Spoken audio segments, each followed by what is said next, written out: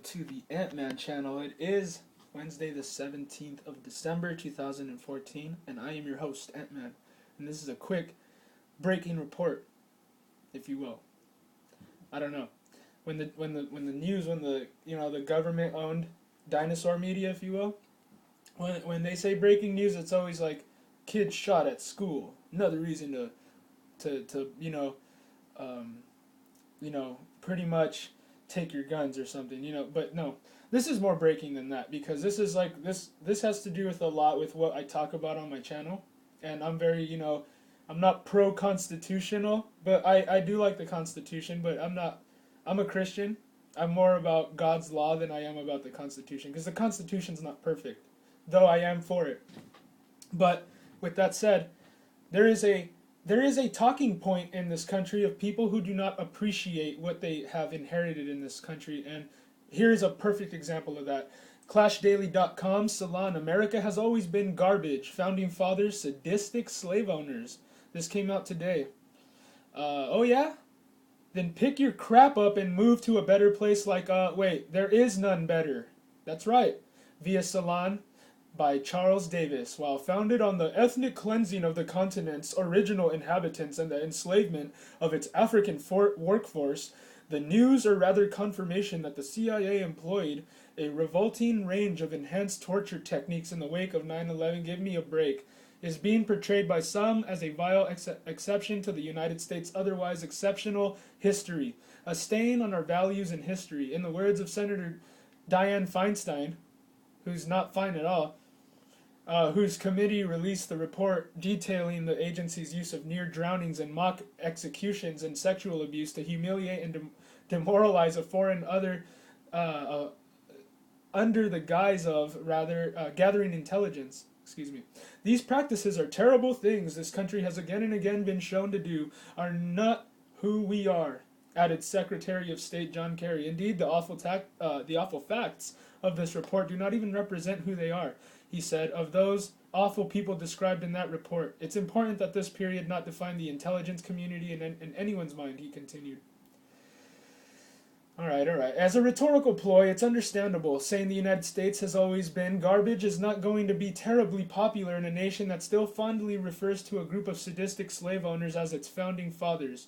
So politicians savvy enough to know that openly embracing torture is not a good look for the world's leading state sponsor of holier-than-thou rhetoric.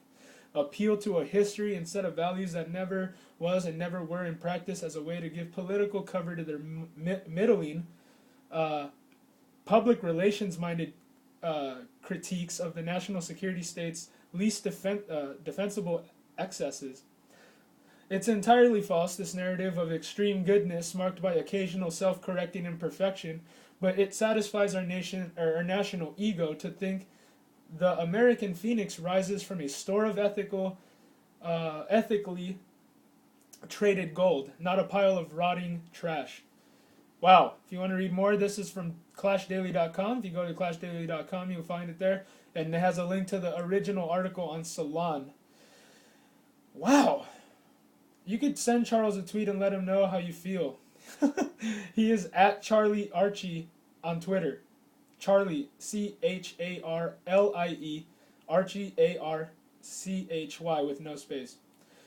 I mean, I have a video also on American exceptionalism, whether we're exceptionally good or exceptionally bad.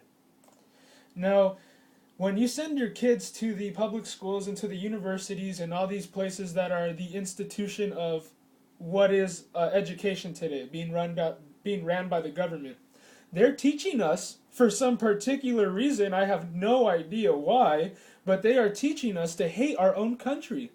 Now, I'm not a genius. Probably not. I don't think I'm a genius, but why would the government want us to hate our own country when that doesn't make any sense? Whether we're good or bad isn't the point. The fact of the matter is that we're here now, and if we hate our country, we will contribute to the forces that are trying to also come after us and that also hate us.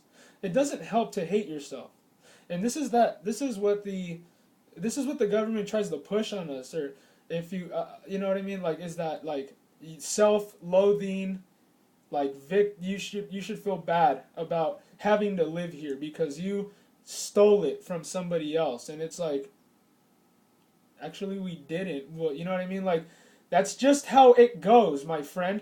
There has been war going on since the beginning. And why is it different now? Why is it different now that that somebody came here and settled here and colonized, and before there was ever a central government and whatnot, and people had their commodities and farming and all that kinds of stuff, and in hemp or whatever. Yeah, the Constitution was written on hemp. Uh, I'm sure the founding fathers were getting stoned too. Is that immoral? Is that something to, because they were getting stoned, we shouldn't listen to them or something? It's kind of weird that when we put these standards on other people, we never do to ourselves, do we? We never put that same standard on ourselves and say that we have to perform at that level, or else we're not satisfied with ourselves. All these issues, whether they be this like liberal mentality that's going on in America, or whether it be the race issue, whatever it is, the issue at heart is the heart. What I should say is the heart of the issue is the issue of the heart. That's how that saying goes. And what's that issue? What do we have? What's the issue of the heart, you might ask? That is called sin. But with that said, you go figure out what that means. There's a good book for that. It's called the Bible. Go read it. Pray to God. Ask Him to open your eyes and your ears and your heart, and tell Him that you want to learn. You want to seek Him, and you will find. Knock, and it shall be open to you. I don't even know how that, I can't quote that one exactly right now, but you know what I mean. God bless you, and if you've never seen my channel, subscribe. Peace.